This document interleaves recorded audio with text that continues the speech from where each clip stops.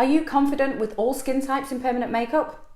As PMU becomes more popular, you're going to see more people coming for it, and knowledge of how different skins behave is going to give you more confidence treating them and stop you making mistakes on people's faces.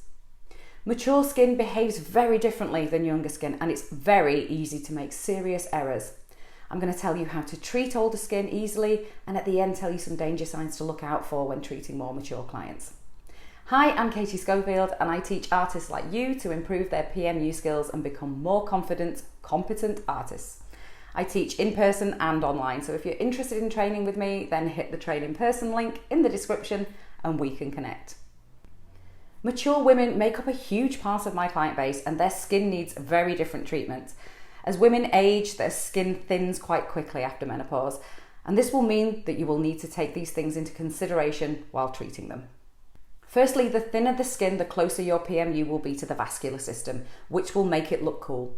Mature skin therefore has a tendency to heal cool, and you'll have to keep this in mind picking your pigment.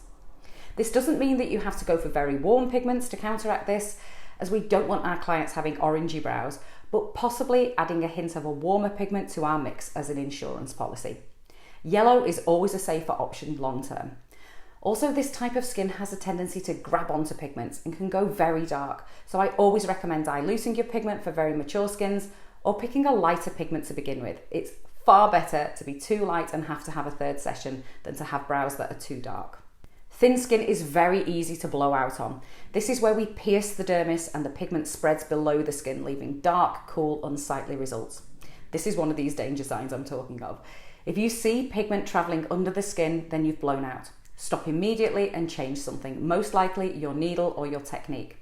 With thin skin, it's best to start with a bigger needle configuration and maybe choose a shader needle over a liner, as this is much less likely to blow out with.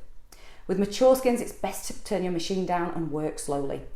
With every client, we're trying to implant the pigment in the same place, in the dermis. But to achieve this, we will need different techniques and needles for each person to get the desired results.